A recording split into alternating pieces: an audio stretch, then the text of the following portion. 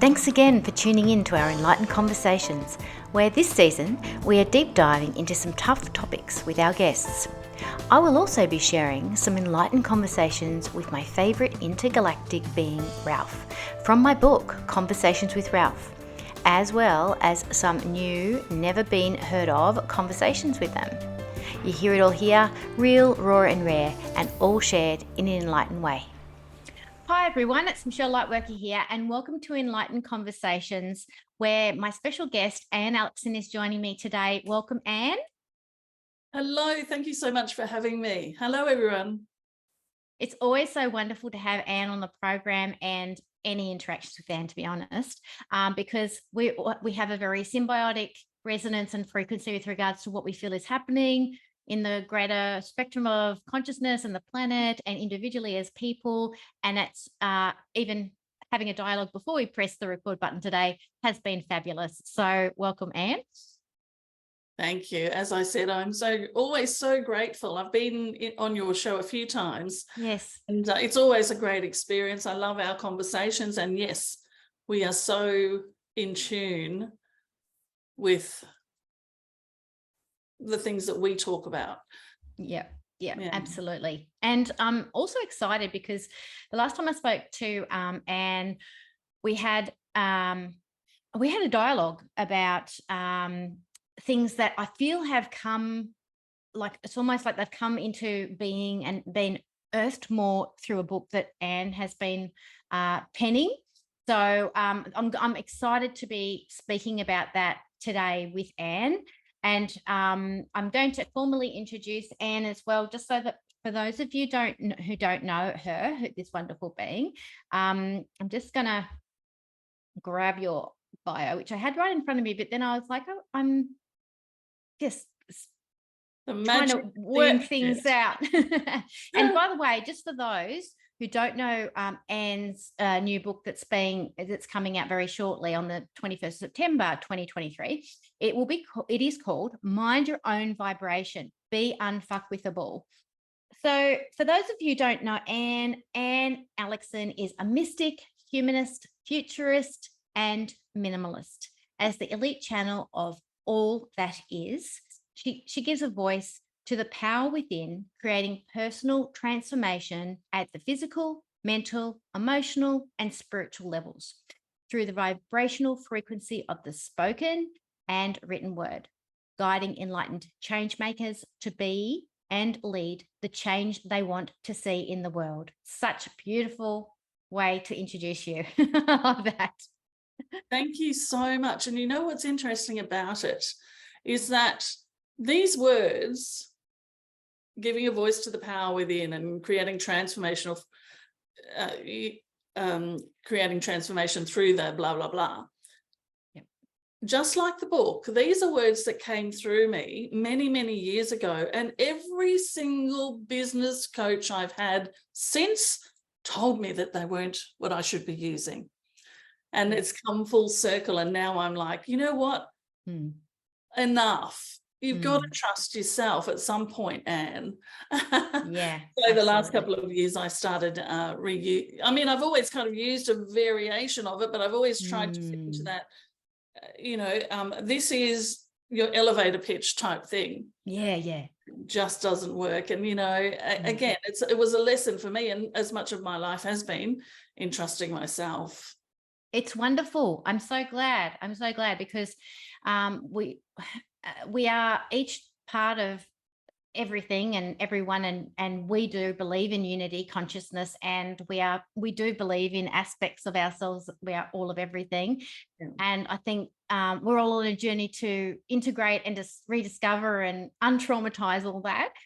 And it's really hard to put all that in an elevator pitch to people, to explain what you so beautifully explained in your book, Mind Your Own Vibration. And what I loved about your book was it was so well written insofar as, because I know you well, we've worked together from way back in 2015 on Soul TV. We've done so much together with Enlightened Conversations and producing for 5D TV shows and things like that. So we've had interactions across absolute years, what I absolutely loved is how well the book sounded so authentically you, and as that channel, as that all the messages that you are consistently providing. And the thing I loved was knowing you was that this was all the gems, and they were all put in, all the absolute gems that people can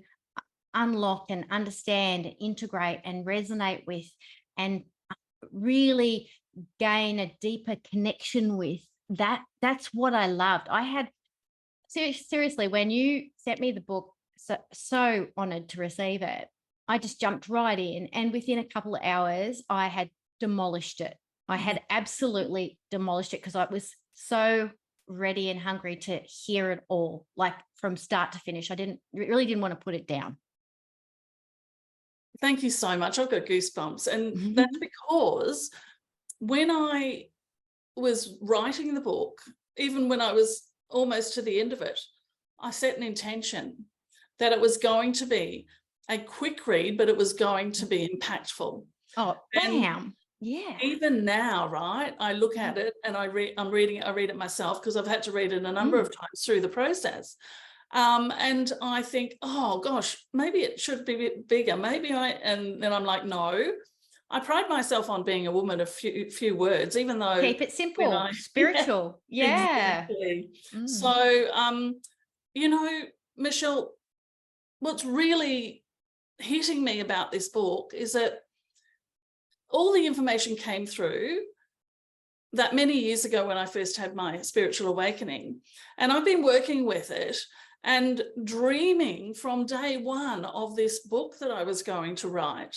I've taken many journeys. I wrote a children's book about the inner being, so essentially the same message, right? Yep. And then it's been there, and I've tried to get it out, and I've tried to write it, and I've put the hours in, and I've hired people, and I've spent a lot of money trying to make myself write this book. But it wrote itself through me. I had to get to a place where I was willing to let that happen. Yeah. And that happened at the most inopportune time for me. But it wrote itself through me. Yeah. So while it absolutely sounds exactly like, how could it not? It just poured out. It literally poured out in a week. Yeah, I love that. I wrote the book in a week. Now that I was in a container that held space for that. And thank you to the publishers. I'm just going to be forever a fan. And every book I write from now on, now that I've started, I want to keep going, will be with them, because it's just such a beautiful space. But what I'm really feeling and acknowledging and wanting to say here is it wrote itself through me because I became the embodiment of it first. Yes, absolutely. Yeah. And I honestly, I'm going to say it because I just feel like everything's in divine timing, that our last episode together, just for those of you who don't know, we spoke about being unfuckwithable. We spoke about a lot of what is in the book. And at that time, it was just before your mum passed, and she had a fall at the end of us recording. And that was in itself interesting. That was in itself interesting. You had to go quickly. And I said, yeah, go. I didn't know what had happened, but I just knew you had to go. And then your son passed away soon after that. And then we were going to have an episode. A month after. Exactly. And then we were going to have another episode just before that happened. And then we decided no.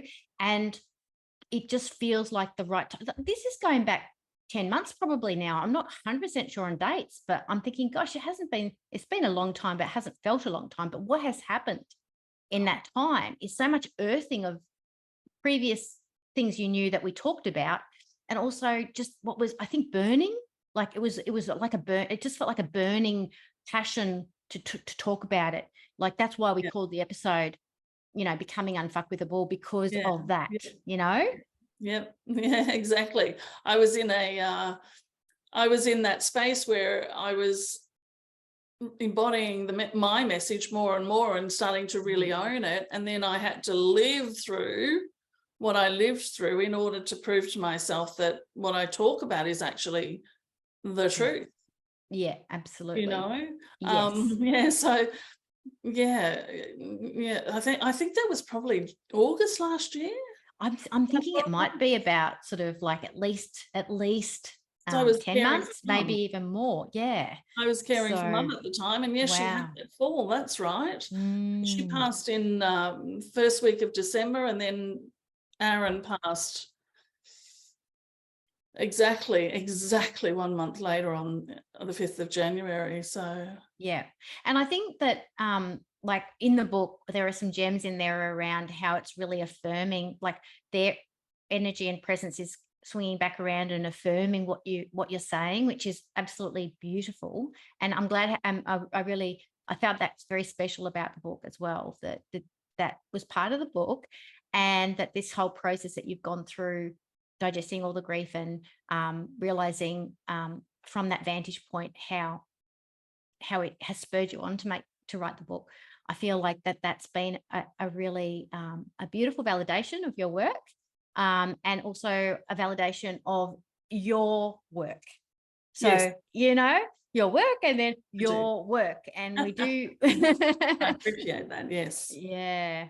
And I especially, one of the things that's really fascinated me recently, I love that you talk on quantum entanglement in the book, and how, that's very much validating on a scientific level, the concept of unity and how everything's joined together, and how we have this butterfly effect where the butterflies, where their wings are beating over there affect tsunami over in the other side of the world and things like that. But also the other thing that I have really found to be quite validating for our work and our messages and things like that we talk about is the idea of ancestral genealogy, and how when people, they've actually been able to scientifically prove that trauma is intergenerational now, and they've actually been able to go in and see that when a parent hasn't resolved something, it then passes on to their children. And I'd love to talk to you more about that, actually, because you did touch on that in your book in your Yeah. own way too. Yes, I did. That's right. And that was a realization that happened for me after the passing of my son, and some healing, some huge healing that I received around that. So let's go there. I might get a little emotional. Yeah, I appreciate that. And I know for me, like, I got to admit, before I had my children, I'd done a lot of recovery work, but I'd finished having my kids in 2000, and I only started healing, like technically, like healing consciously and chasing after trauma imprints, 2003 to 2004. Yeah. So like, I would love to talk about this, because since then I wonder how much of my own healing, even post them being born, has also reclaimed part of that back, or how much is, yeah, I just wonder about those things. I know exactly. Yes, absolutely. And, I don't know the answers to any of that. All I know is what I experienced in my what I was learning from source about my own situation. And my son was 35, so he had lived for most of his life before. He was a grown man before I started doing my work, which was around the same time as you. Yeah. So yes, I mean, that it was well and truly imprinted in him. And yeah, don't ask me a question, because I don't know where to go with that. Yeah. So, well, yeah, I mean, you've been a really, I'm going to say, let's call it, let's say Anne has been completely transparent about her journey around, owning and taking responsibility for her own choices. And a lot of us as parents, we, go along in life and we do the best we can, but there's always things that we wish we hadn't done and things like that. And I love that part of the message of the book is definitely like, we got to, forgive ourselves and let go of the shame around those things and just deal with the belief system that we were holding at the time that was trying to be protective of ourselves, of our children and things like that. But it was one of those things that you'd had an experience when you were younger, and then you'd set up some fear-based beliefs around yourself to protect you from relationships and things like that. And then that trickled down to protecting your son in a way that was quite fierce, would you say? Yeah. Fierce, and from where I stand now, I would have done it completely differently, and that would have changed the trajectory of so many lives, right? But I did what I did, as you do, because you don't know any better, and because I was protecting myself. Absolutely. And so that's been a big part of the last few months, is cleaning that up. Once I saw that, after he passed, I had an experience with him, and we cleaned that up between us, and I got a new understanding about it, and it cleaned up within me. And so it's hard to talk about it without actually talking about it, because I don't want to give the whole thing away. But suffice to say that an experience that I had as an 8-year-old created within me trauma and beliefs and about myself and about others and about everything else in the world that had me build a protection around myself that stopped me from living life, really. Yeah. It truly did. And I look back at my life and I think, wow, I have not lived. I have not lived. And so this book has really been it's been a horrible journey, and I wouldn't wish it on anyone, and I wouldn't even wish that it had happened to me. Even though it's brought me to this, I still wouldn't choose it. Yeah. But having said that, it brought me to this, and I feel like I'm coming alive again. Absolutely. And you know what I love about your sharing is that, is that we need to bring that breath, we need to bring that light into the parts of ourselves that we would deem to be a shut down shadow part of ourselves that we've locked down, in order for us to truly live, to really feel our joy, to really step into that. Really suck the marrow of life. Yes. Never really done. And I've always known that I've never done that. But, you do what you do until you know better.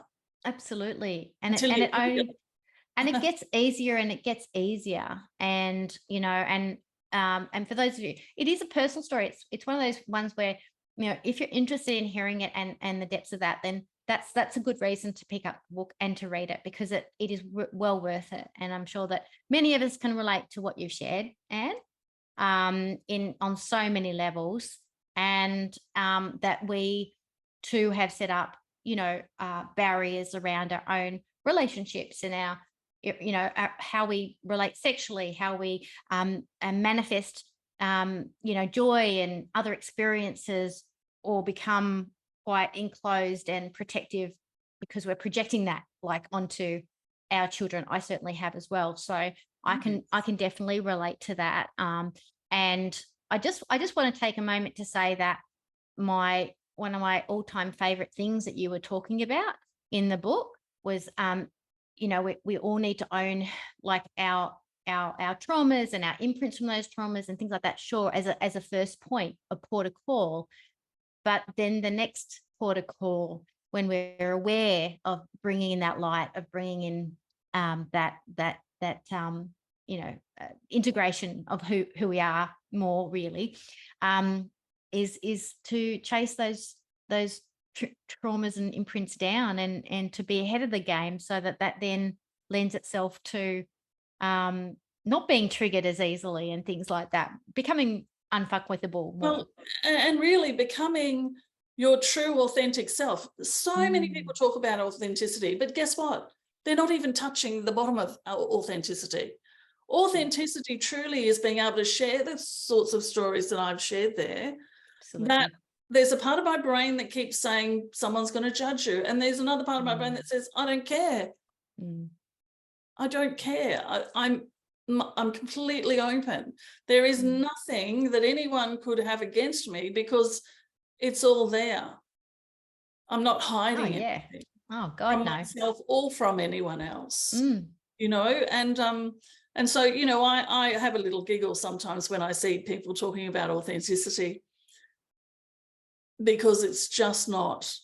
I mean, it's a great first step, but there's so much further beyond that, where you truly just become the truth of who you are, a physical manifestation of all that is, which leaves nothing out, which means that you are also exactly the same as everyone else.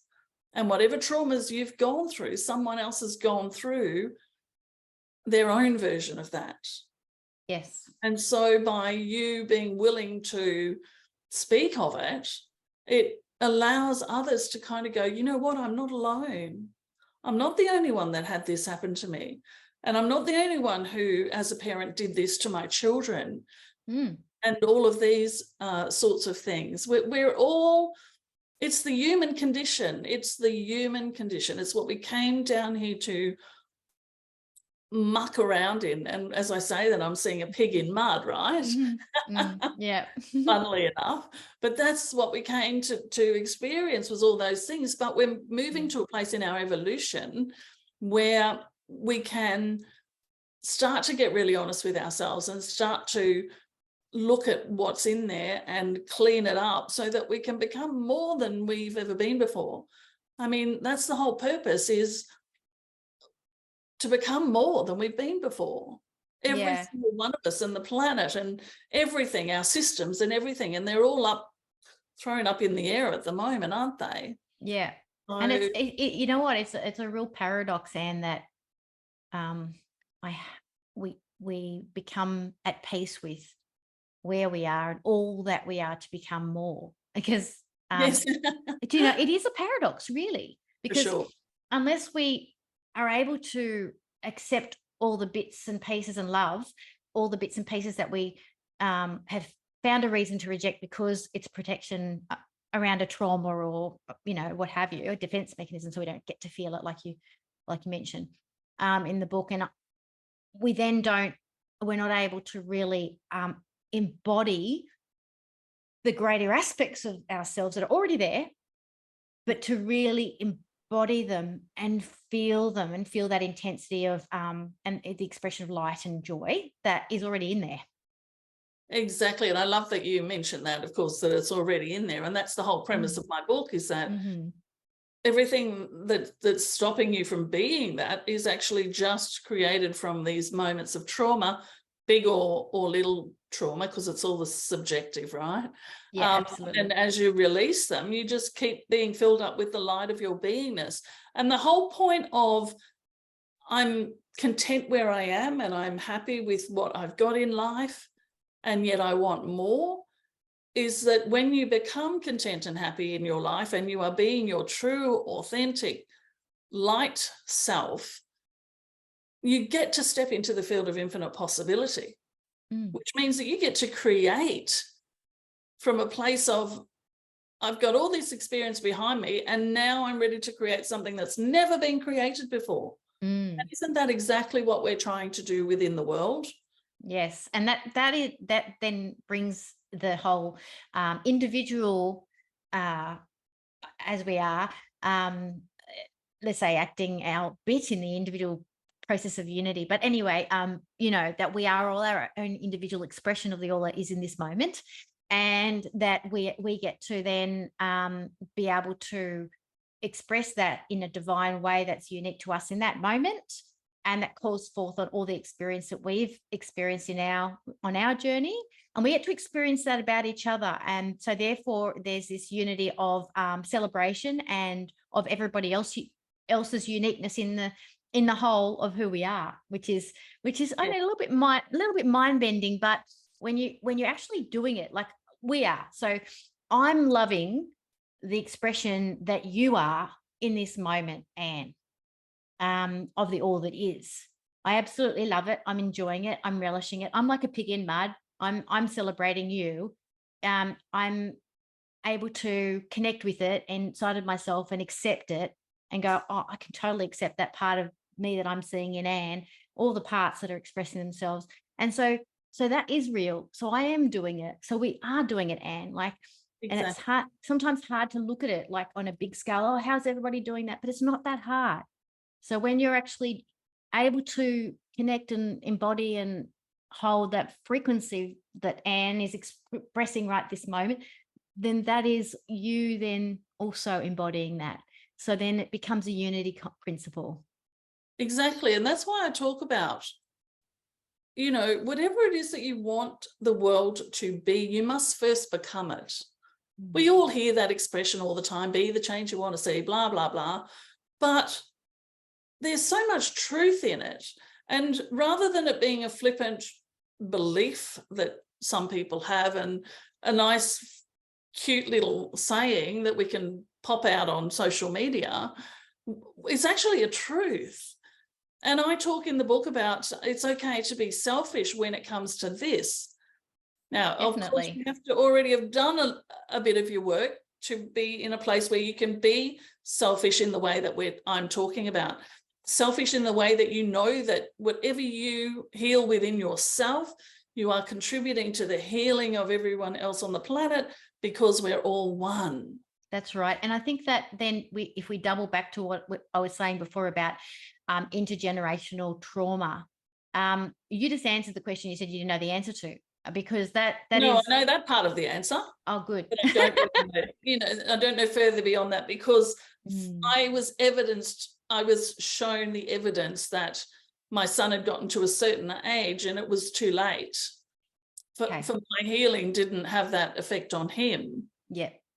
Because potentially although it wasn't as big as it would have been if I had done my healing. I get you. And then that kind of brings in that whole concept of free will. Like, so yeah, if it gets to a tipping point where people are taking ownership of that imprint for themselves, and maybe they've had a few goes in life where they've done it and they've repeated it, or it's embedded or something, then it's their choice and we can't do it for them. And I think that's where we need to step into peace as an individual, like a mom, or and forgiveness of ourselves and go, okay, I did the best I can, but this is what's like trickled through, and I need to forgive myself and just understand that is part of their journey. That is they're choosing to do. This lesson needs to be owned by them and worked out by them.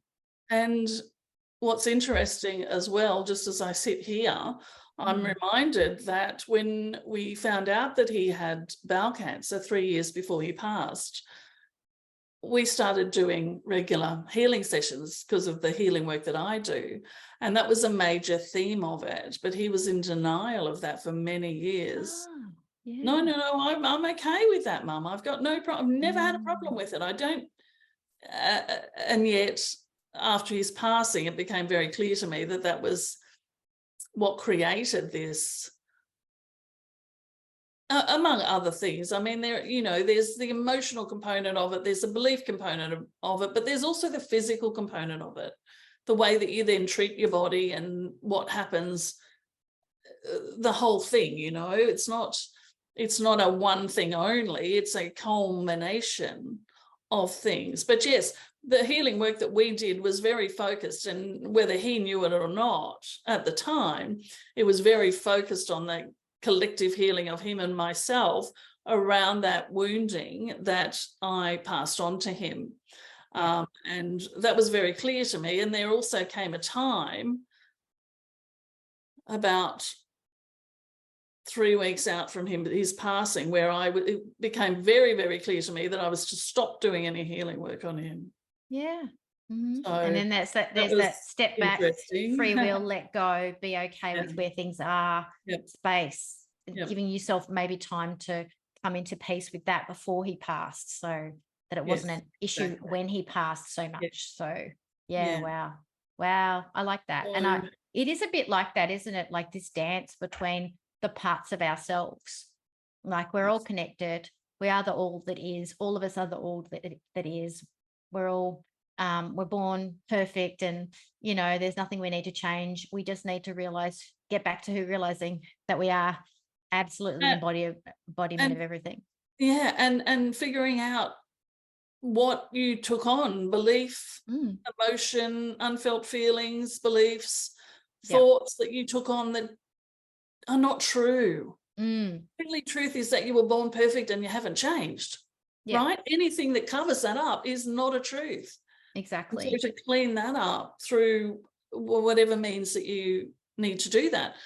You know, I fully, absolutely, completely trust and believe that when we ask, it is given.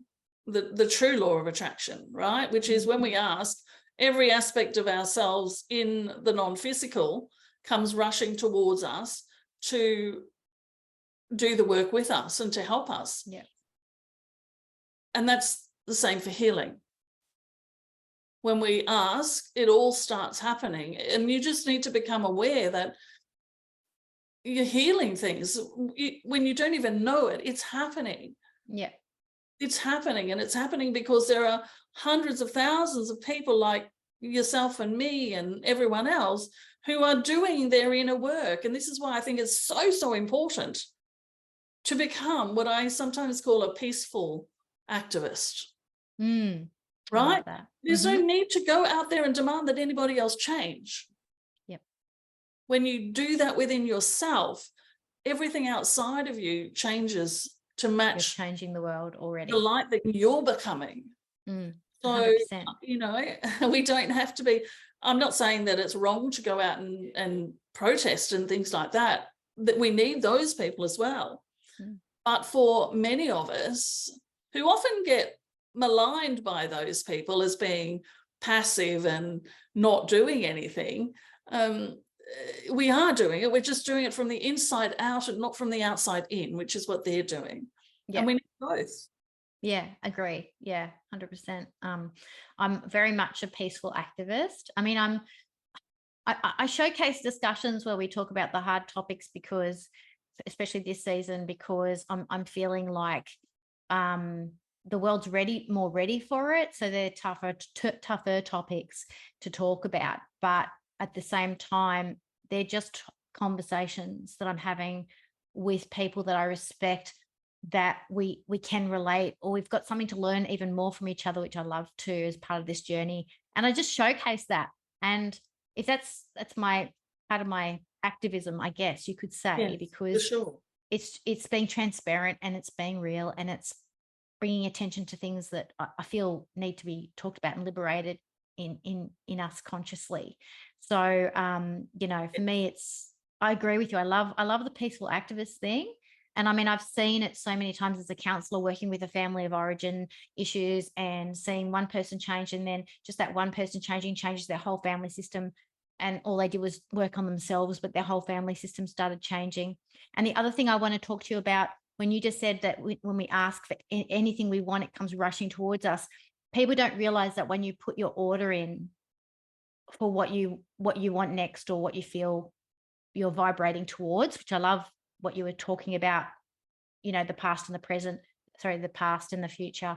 You know, past is what we're vibrating away from, present is what we're vibrating towards. Yes.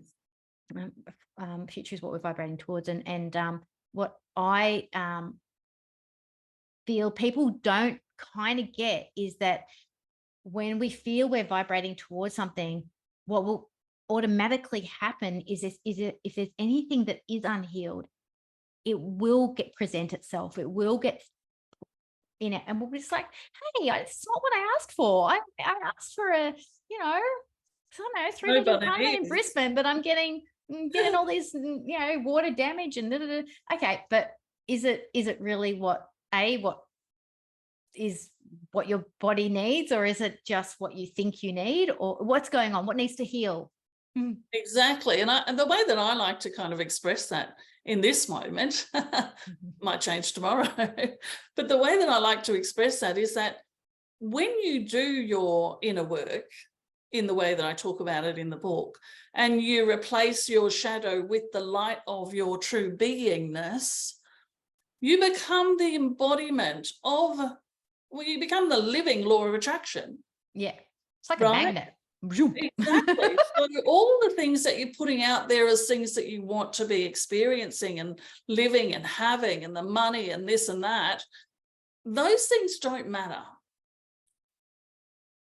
If you just get this right first, those things will be there for you if that's truly what your heart desires. It's so true. This is why I came into this work through the law of attraction, but I moved beyond the law of attraction. Many people don't. They just get stuck in that, my life's so shit, I need to have more stuff. Yeah, that's true. I let everyone know that I'm a minimalist, right? Yeah, I'm a minimalist too. Very Zen person. Because you do, you lose the need for those things. Oh, and you definitely. become very happy and comfortable in your own self. Whether you've got people around or not, it's all the same, because you know that you're one with all of those things.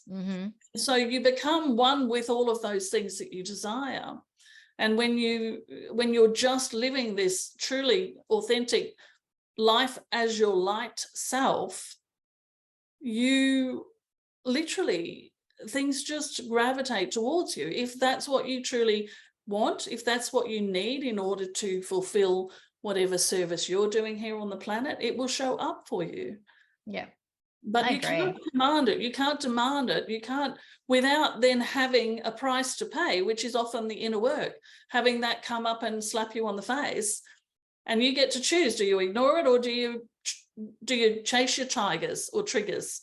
Yeah, I like that. I like chasing the triggers, right?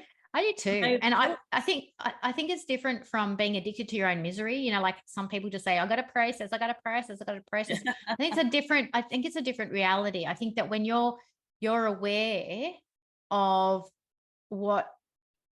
you're aware enough of yourself to know when you're denying yourself. Yes. Part of yourself, you know, and you get clearer on that. We all get clearer on that as we go. And when you realize, hey, you know what? I really do feel like I'm meant to be here and I'm not. It's just not like there is something in the way. You kind of can feel it. That's like chasing down those kind of tigers is very different from, I'm just used to being miserable, so I'm just going to keep processing and stay and wallow in the other kind of mud, the poo-poo. And that's why I talk about responsibility, right? Taking 100% responsibility for what's happening to yourself. If something shows up that makes you feel a certain way, then that's the trigger. That's I'm going to dive in and find out why I believe whatever I'm believing about that, or why I think it's impacting me. I'm going to clean that up. And the minute you clean it up, it's easier to clean up the next thing that comes up, because you're no longer putting the responsibility on someone else. Don't get me wrong, if someone's treating you in a bad way, then that's their responsibility. But there's a part of you that is feeling a certain way about it, and that's the responsibility that you need to take. Why do I feel that way about it? Why is it making me behave this way, or feel this way, or act this way? Yes. They do, that's on them. There's no, I'm not saying that it's not their fault in any way, shape or form. I need to be very clear about that, because there are people who will jump in and say, yeah, but they did the thing to me. Yes, they did. Yeah. And what's important to me in that conversation is, how did it make you feel? What did it make you think about yourself? That's a negative thing. Yeah. That's what you clean up. Yes. And so then, therefore, the quantum entanglement isn't so enmeshed. Exactly. Separating things out a little bit, get some perspective. I want to share with you something that I haven't shared with anybody except for my husband. And it happened 5 years ago. And I was just literally reading about it today, because I called up my book Conversations with Ralph. Since I wrote that book, I've also had ongoing conversations with Ralph, and I've been penning them, just not losing them, sort of thing. And so this one's back from 5 years ago, and I was actually reading it this morning, and believe it or not, it was actually the same week that we're recording this. So it was actually like the Lionsgate week. Oh. And I even mentioned it in my recording. But what I had done, and this is why I think it's really prevalent to what we're talking about, is what I'd done is I'd gone in to have a conversation with Ralph, and I was guided to scan my body for imprints from any intergenerational. I can't believe it. I want to talk about this with you anyway. And then I read this and I'm like, oh my God, this is like the subject. So I went and I scanned my body and I didn't have anything. So I didn't have any imprints left. And I was like, oh, like, yeah, 5 years ago, I was like, oh, what? Like, what? Yeah, I was a bit like, really? I was in a bit of a head shaking moment. And then I was, just shown that just because you can clear all the previous stuff doesn't mean you're not going to have experiences that you need to build upon, in this life. And just mean it's not coming from an arrogant place, oh, I'm all healed and I have nothing left to heal. Well, there is no all healed, and that's because that's part of the human condition. Exactly, right? Is to have someone do something to you to make you feel away, and then go in and do the cleaning, or don't. It's up to you. I'm not saying that everyone has to do this, but it's highly recommended. Oh, it sure is. But well, life certainly gets easier. In every day, in every moment, there are things that can make us revert back to a belief that we had, that we'd transcended. The memories of it and the trauma. I mean, that's the story in the book, right? The moment of trauma that I had when I was 8, that really affected my entire life and my relationships with everybody. So you live life by the day. That's the human condition, is to live life. And we will keep having things that we then need to heal from. But, and this is the good news, right? Once you've started chasing those triggers and cleaning them up, it becomes that quick to heal the trigger that's happened today. Or even in the moment of it happening, you can heal it because your frequency is aligned with that and practiced in that. So it doesn't become a job to do anymore. It just becomes, this is my new human condition. Yeah. And if you've got people trying to fuck with you, like, like manipulate or abuse or confuse, gaslight, all those kind of things, like the clearer, like your own vibration is, your own energy is, your own awareness is, your own embodiment of your all that isness is, then that kind of bounces off, or you see right through it really quite quickly. Maybe not at first, because maybe we're giving people the benefit of the doubt, and we're not coming from kind of cynicism all the time or something, which isn't great for our vibration. But I mean, I'm quite a skeptic. I'm quite sort of I'm a bit like you, Anne, in that you talk about. So like a bit, like to question things just to make sure. And I'm a little bit the same, because I just like to do a thorough assessment of a situation. However, I'm predominantly a positive person. So if on the face of it, someone's coming across as, genuine person, and then I'm getting a sense of a few red flags and a bit of deception, then I'll be in that space of, let me just hang on back here a bit. But what it means is that we're less likely to be fucked with, because we're more an embodiment of owning our own all that isness, and recognizing that if they're doing that to me, there's a part of me that feels a certain way about myself, so that's what I need to clean up.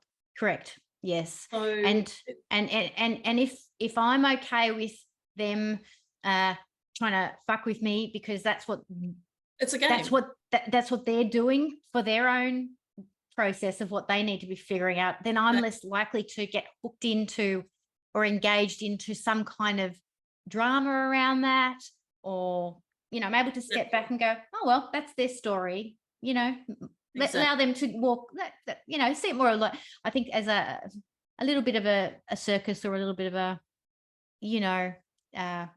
watch it like a funny movie kind of thing, without laughing at them, laughing along with the audience of, isn't this, we've all done this. Recognizing that, yes, exactly. Recognizing that, wow, you know, I've been there myself, and I can appreciate that you're there right now, and so I'm not going to play in that game with you, and it's all exactly as it needs to be, you know. Yeah.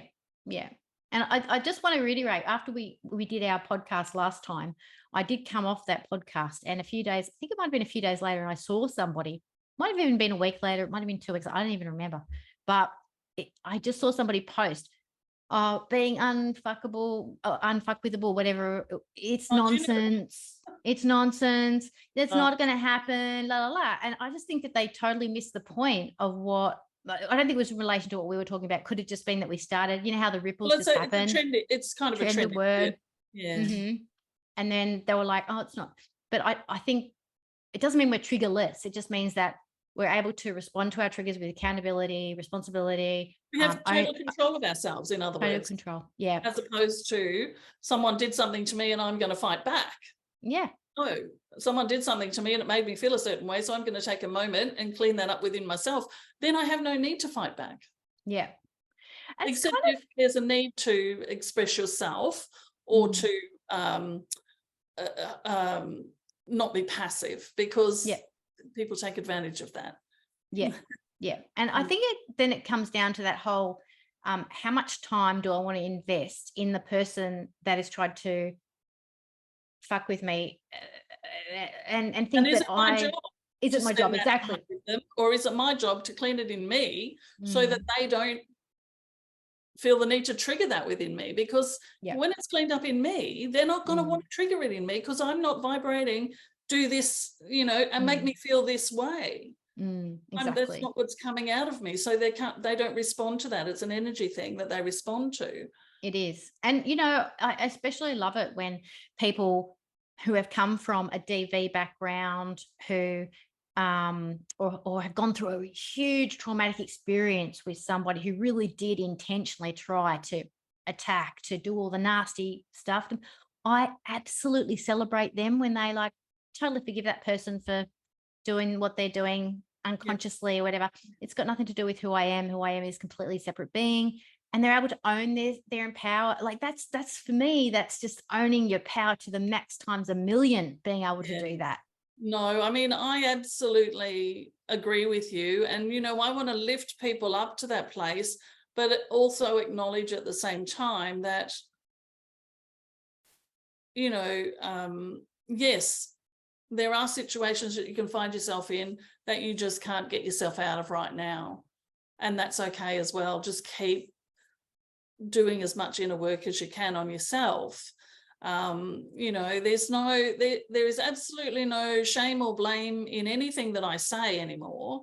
It's to do with taking responsibility for what's happening to you, knowing that it's happening for you, but that might be a little too far to go. But taking responsibility for what's happening for you and how it's making you feel, but not taking responsibility for the act that's happening if it's something that is damaging to you.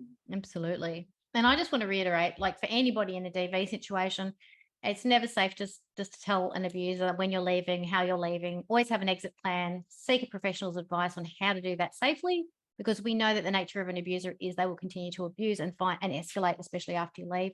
So I'm talking more from the point of view of when we've gotten through all that and we're out the other side and we're feeling safe and we're in our, you know, a place of a reflection, we're able to, understand the journey, gone through the process, and then being able to release any hatred or revenge or antagonism towards. And that takes a lot of inner work. It does. A lot of inner work. It does. And it is. It's a process. So it's definitely one of those ones where I celebrate. That's why I celebrate it, because it's so bloody hard to get there. And it's very rare, you know, but the more we do that, we liberate I think the abuser within us, you know.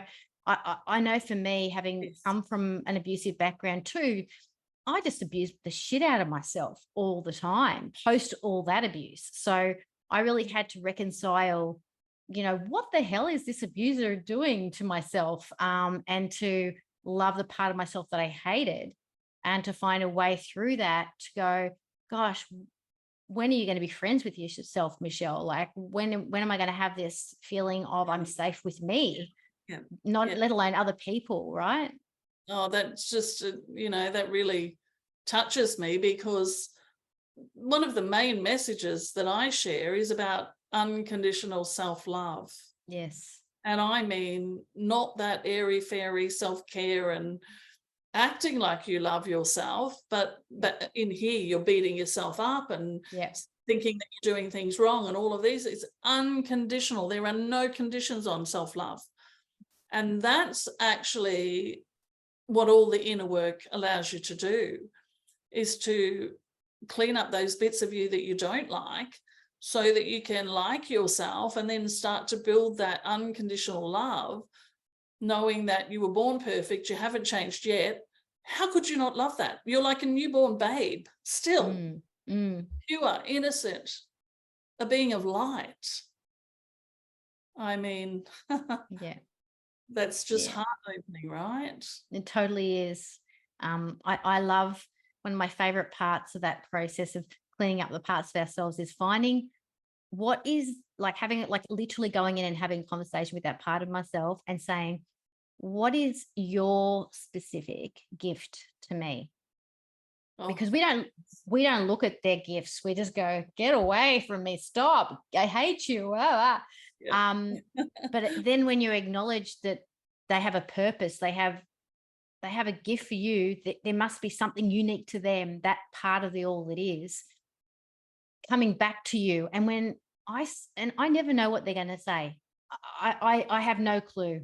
I just go in innocently. I think that's the best way to do it, and just be open for anything. And the gift that they usually are there for is something completely outside the scope of my imagination, that they just have something very deep. And that's why I can't see it. That's why they're in the shadow aspect. But then when I allow myself to reclaim that gift, that's then this bridge. That's what you're talking about, the unconditional self-love, isn't it? It's that bridge that we literally connect heart to heart. Thank you for the gift. I'm receiving it. Boom. And then there's this integration we become more whole.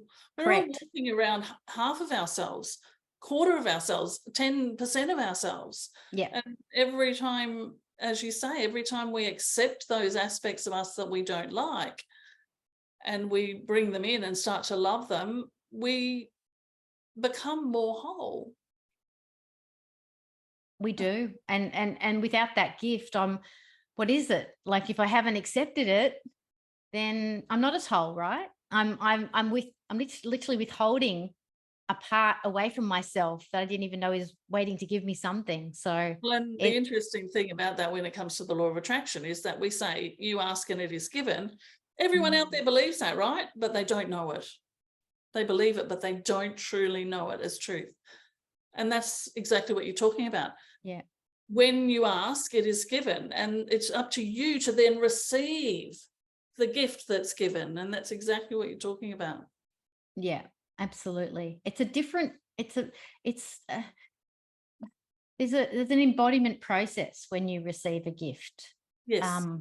And whether it's the gift of knowledge that they've got something they want to say to you, whether it's the gift of some kind of quality that you're rejecting in yourself that you don't feel worthy of, whether it's an energetic gift of something that they want to send you that you need to kind of just soak up, whatever it is, it's still on some level we're embodying it, and then that makes us more whole. And it reminds me of what I used to hate about myself, because I was judged for it and shamed for it all the time. The fact that I was lazy, right? Not that I'm lazy, I'm not lazy, but that's what I was shamed for. As a teenager, I'd stay in bed all day. My father would throw water on me to get me out of bed.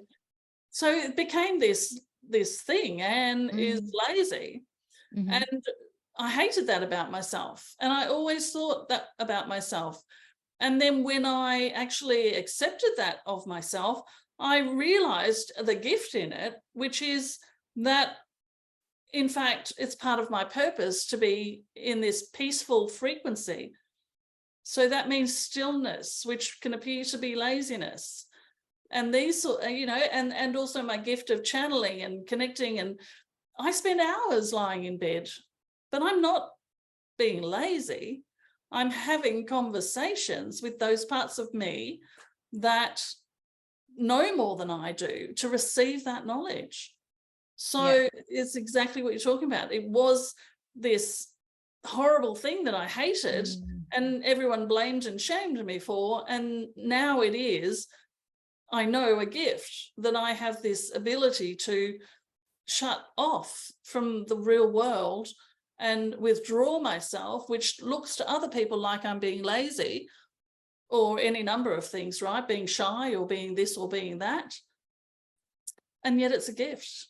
Oh, what a gift it is. Wow, I love that. I love lying in bed for hours too, Anne.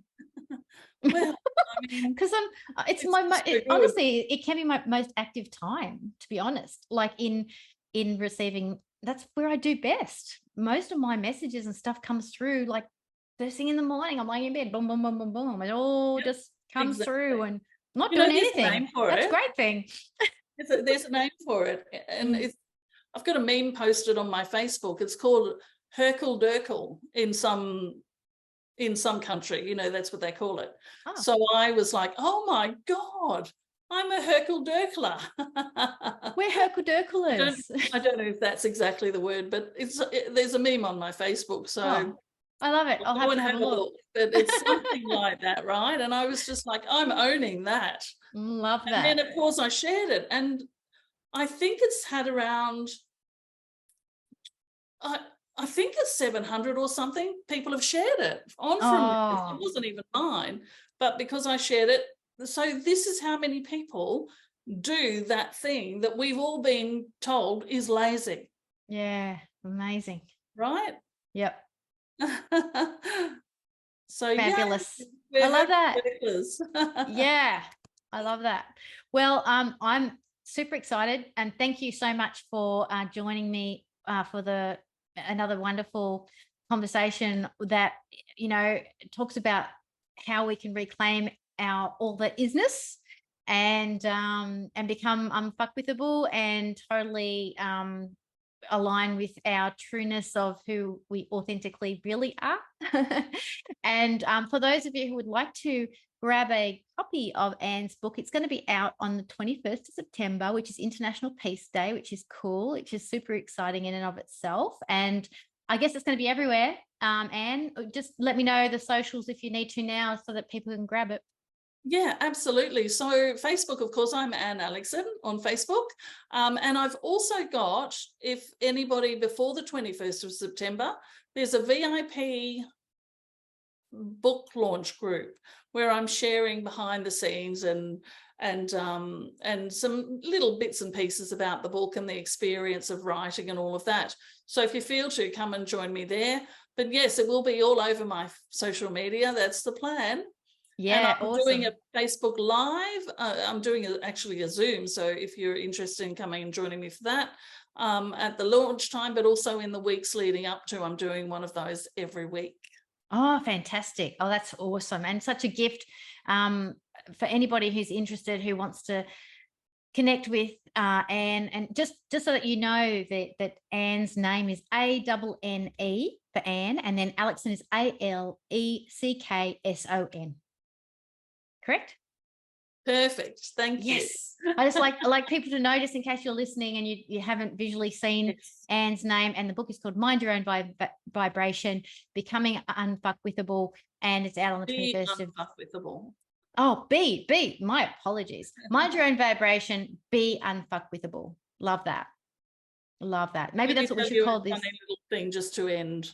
Yes, please. Every now and then I'll be having a conversation with someone and they will call the book, or they will say the word unfuckable instead of unfuckwithable. Yes. Every single time it makes me laugh, because no, that's not what we're doing here. No. It's so strong in your inner peace that nothing and no one can take that away from you ever again.